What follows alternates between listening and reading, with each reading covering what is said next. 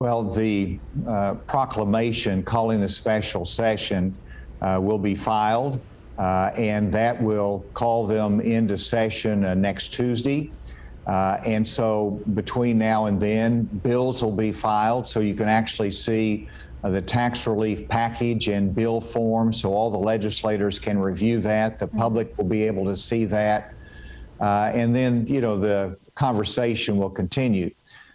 There is one other area that's important to talk about for the special session, and that is school safety. Yes. And this last week, I had a news conference in which I received the report of our School Safety Commission that made a number of recommendations, and many of those recommendations cost money.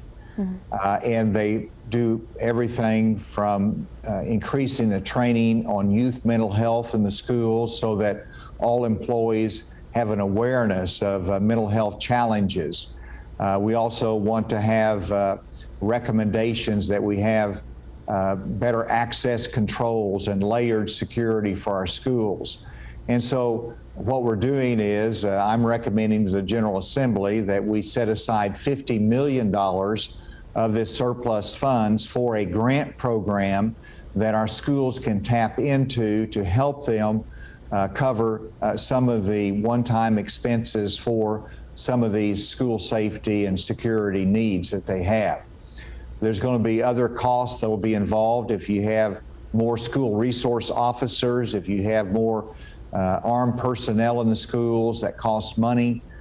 These are ongoing expenses, and that will have to be addressed next January in the regular session. But in this special session this week, I'm asking the General Assembly also for this $50 million grant program to help assure parents that we're going to do everything we can to keep our children safe.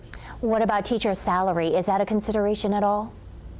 Well, of course, there's been a lot of debate about that, and I raised the issue with the leadership of the legislature about the potential of raising teacher salary. And I suggested that because some other states have raised theirs, that we've got to be competitive, and they're long overdue, so let's raise those teacher salaries. The legislature preferred to wait until next January to address that in regular session. So that they can have their adequacy review, they can do a more comprehensive study. I respect that, and so that's been taken off the table from the special session, so I'm not putting that on the agenda. If the dynamics change and the legislature comes to me and says we need to do this, we'll re-examine this, but at this point, that's going to be put off until next January.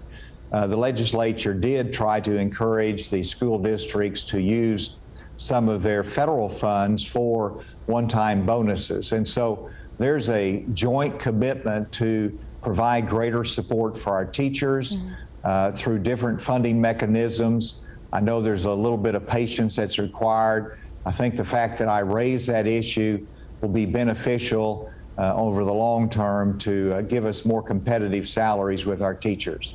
Governor, you did mention corporate income tax cuts. Is that specifically to attract new businesses here to Arkansas, or is that for everyone? And go into detail about what you are hoping to get out of that.